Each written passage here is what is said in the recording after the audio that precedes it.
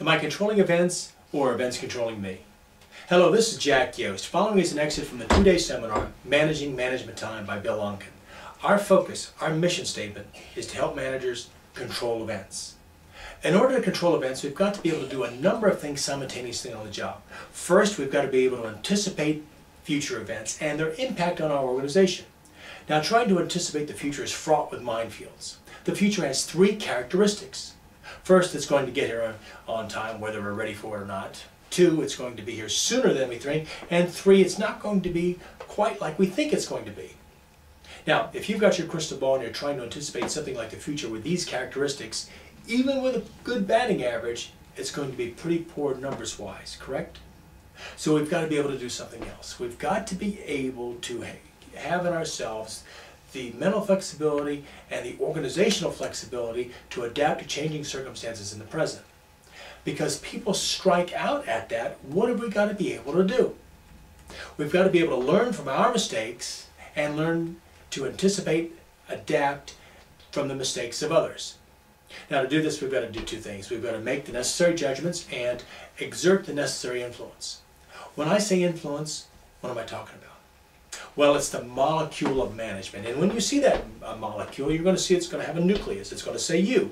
When you see you, that is you. It's not the cross-functional team you. It's not the bowling league you. It's not the lovey-dovey collective you. It's you. Right now, where you are and you're seated in your organization. When I see that you, I want to think of myself. When you think of that you, I want you to think of yourselves. You. Now, if you or I are on a desert island, we're growing tomatoes, and we've got no boss whom we're accountable to, and peers that we had to coordinate, and no staff to lead, we could do what we want, when we want, where we want, correct? But the minute that you and I are a nucleus in an organization, our time is not our own.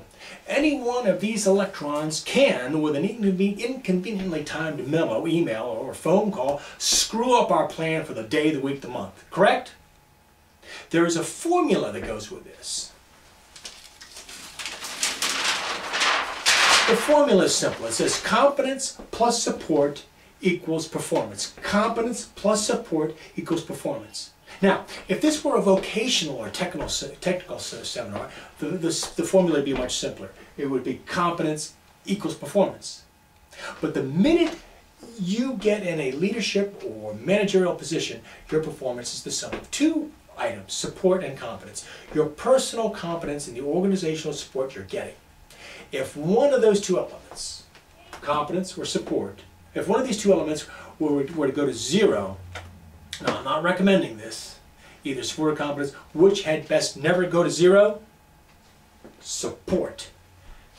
You can be a dunce and still move to the right on the formula and get to performance. But if you're a PhD and everybody hates your guts, you won't be contributing to anything. Now, Bill Unken's first law says that what you know will not get off the ground without the active support of who you know. And to pull this off, we have to have discretionary time, discretionary management time, to make the judgments we're paid to make and to direct the influence we are paid to exert. What are the enemies of discretionary time? What can chew up our time before we even think about managing that time? Well, if I get micromanaged by my boss, that'll chew up my time. If my internal peers on whom I'm dependent for support wrap me up in red tape, queuing, and politics, that can chew up my time.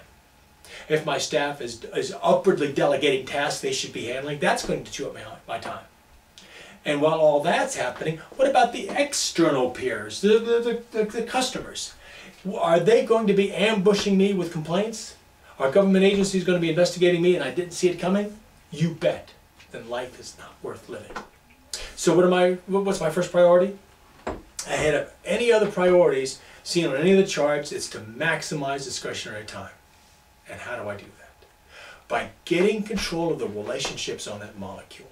Because of the positions they hold of boss, internal peers, external peers, and staff, they rob me of that time.